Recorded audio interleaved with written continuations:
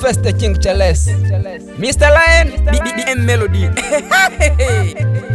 Nini ungependa nikwambie, nini ungependa ujue, nikwambie. Charles nilipenda uniambie, unambia habari za mtaani we. Kila kitu ningependa nijue kwanza ni kitu gani we. Nini ungependa nikwambie, nini ungependa ujue, nikwambie. Vipi kaka na mziki wapa nyumbani? Muziki wa nyumbani unaingiliwa sana.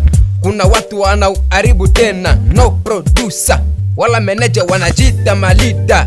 Leader fake kudededek. Mbona mziki wapa kwetu wameuinua sana? Hapana, kuliko kuunganisha wasanii wanatenganisha. Wasanii wa nje wanapandisha, wanatuzoea sana, wanatuzarau sana.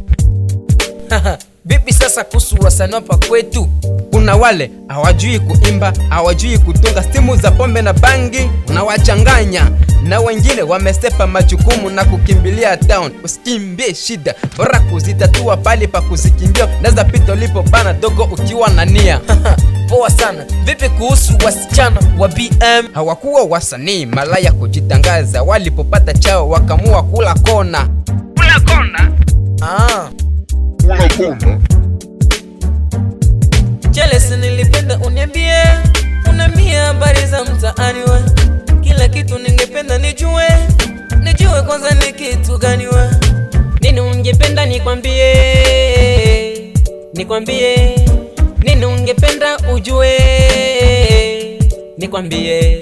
Baada ya wimbo wa Oga tuliongelea barabara, serikali ilifanya nini? Nilipata habari rute takarabatiwa. On the way nishakatafe musio na Oga, basi wekeni subira.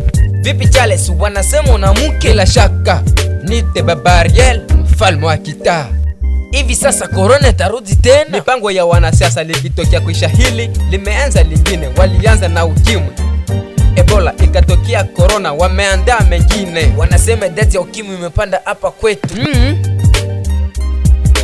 Wingi wa chakula ndongezeko la kinyesi, dati zimepanda kweli. Pia kisukari, waulize daktari dogo jiazarini. Vipi ukipata manager tabaki hapa Bunyakiri? Alitatokea Bunyakiri wote, manager fake na promisi za uongo kama wanasiasa wa Kongo. Vipi sasa kuhusu siasa ya Kongo? Rais anaongoza fresh?